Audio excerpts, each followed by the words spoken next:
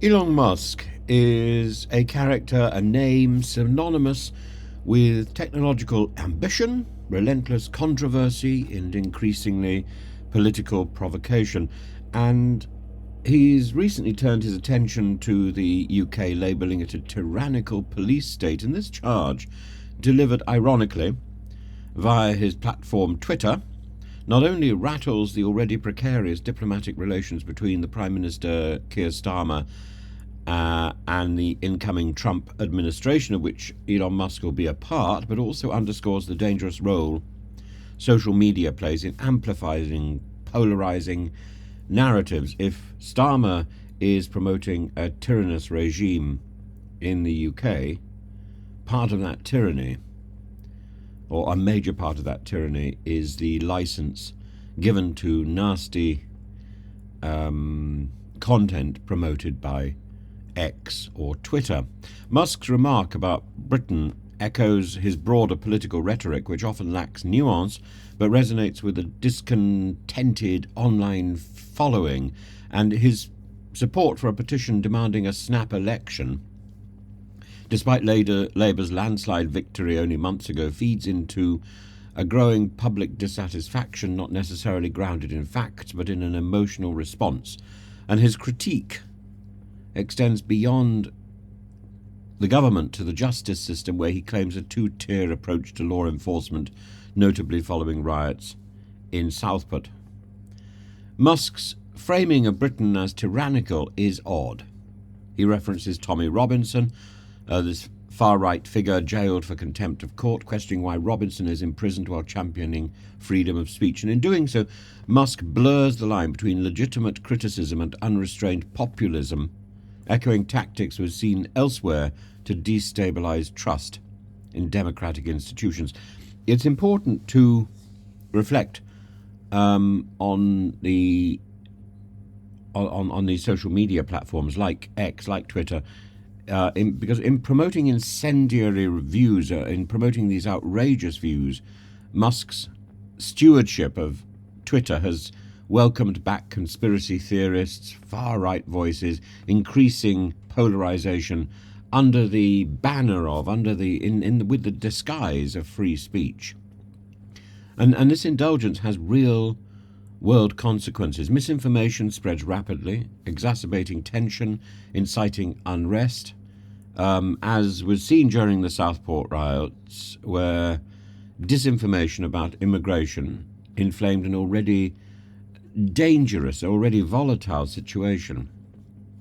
Keir Starmer's government has faced criticism for perceived failures in justice and policing, but Musk's platform magnifies these criticisms into existential crises.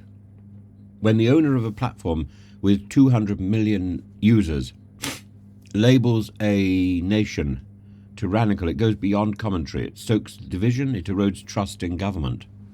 And Musk's disdain for what he calls fake jobs extends to broader government inefficiencies. His chairman role in Trump's Department of Government Efficiency, alongside the biotech entrepreneur Vivek Ramaswamy, demonstrates his intention to target positions that he considers non-essential. Every position, I suppose, is non-essential except for his own. And his reposting of a climate diversification role in the US as an example of wastefulness has sparked significant debate there. Yet such roles are not necessarily arbitrary. They're integral to addressing critical global challenges like climate change. By dismissing them as frivolous, Musk not only undermines the individuals behind these roles, but also trivializes their purpose. Now, the problem is, of course, I'm entirely in agreement with the eradication of bureaucratic sinecures that serve no purpose, that's simply where we're simply pouring money down the drain to somebody to sit at a desk and do nothing and move paper around. I'm entirely in agreement with Musk that those sort of people go. The problem is identifying who they are, and simply identifying them through their name or their self-identity is not enough. You actually have to go and look. You have to identify.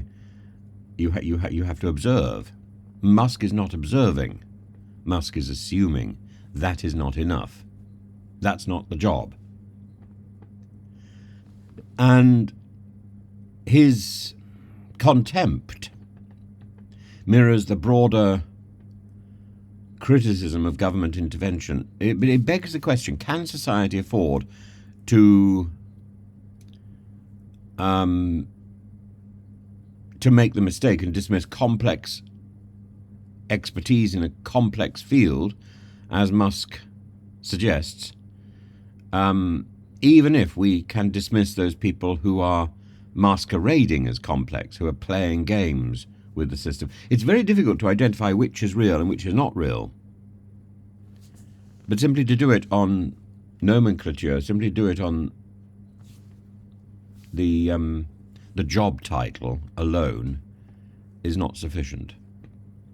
His focus on cost-cutting, framed by Supreme Court rulings against federal regulation, risks dismantling essential functions in the name of efficiency. The UK government has responded cautiously, attempting to rebuild bridges with Musk despite his provocations. Downing Street's measured reaction, affirming the importance of the UK-US relationship, hints at the delicate balance needed when dealing with a figure of Musk's influence. Yet Musk's alignment with far-right voices like Tommy Robinson complicates this relationship, especially as Starmer's Labour seeks to maintain the moral high ground.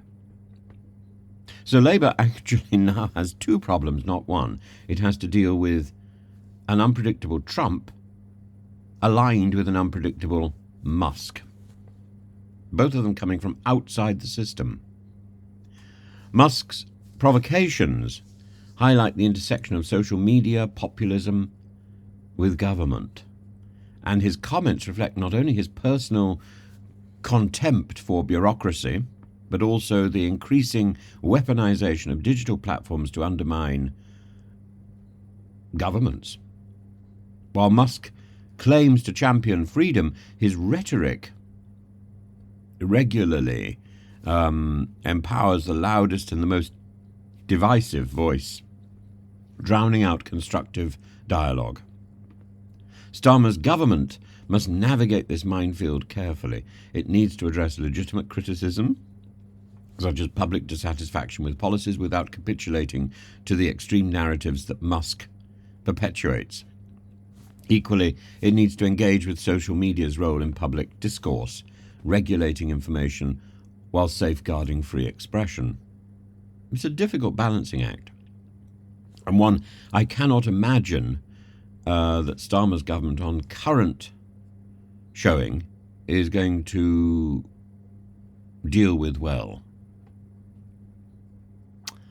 Elon Musk's recent tirades against Britain encapsulate a broader trend of global leaders influencing, leveraging platforms like Twitter to shape public opinion, often at the expense of truth and stability. It's all about propaganda.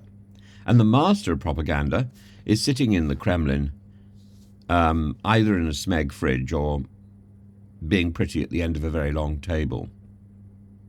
While Musk's criticism of inefficiency resonates, and it certainly resonates with this person, his approach worries.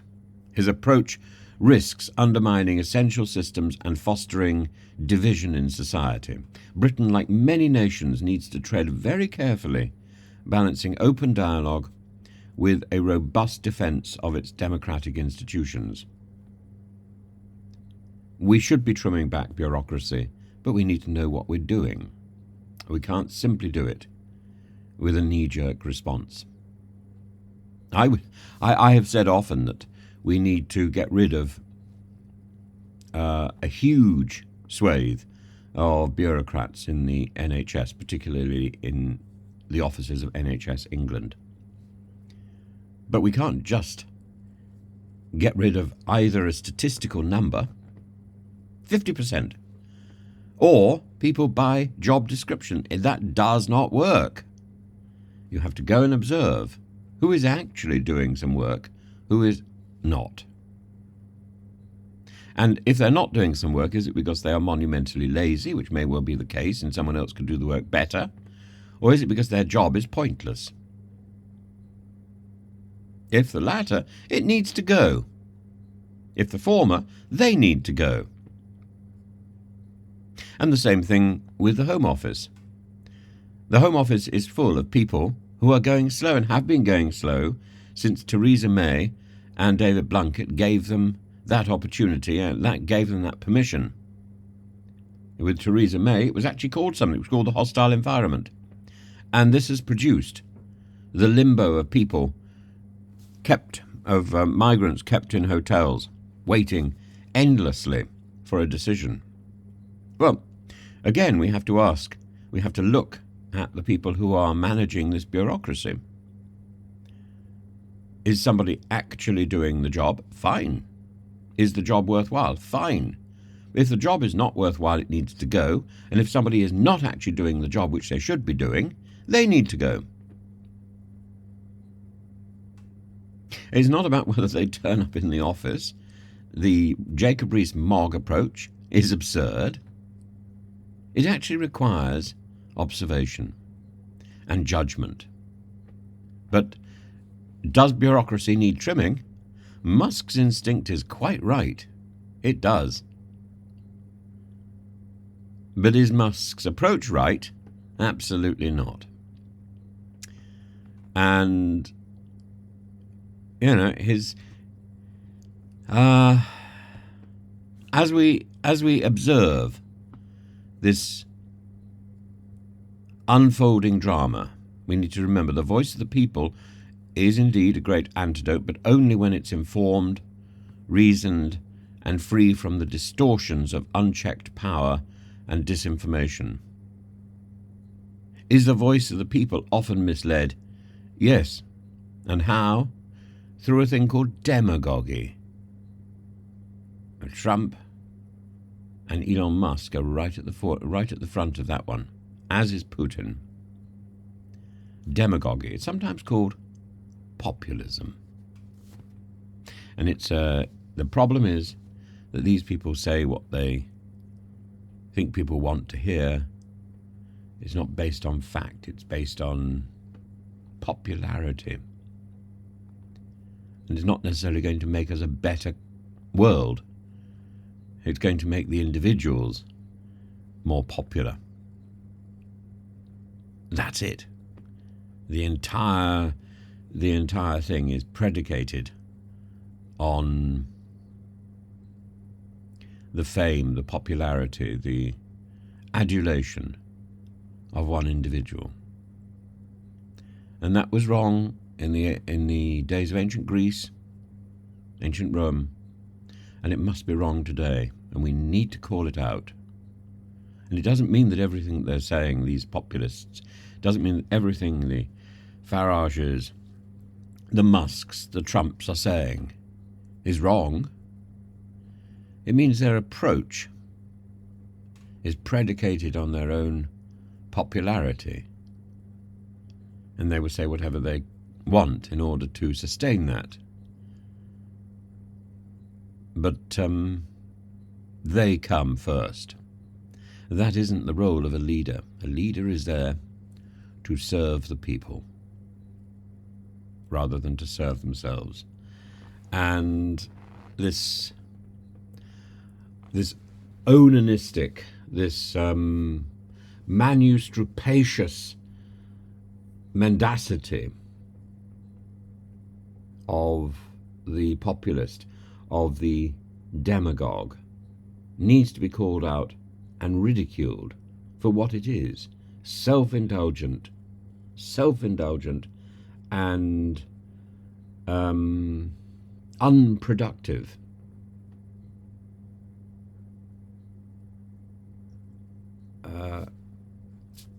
Unproductive nastiness, really.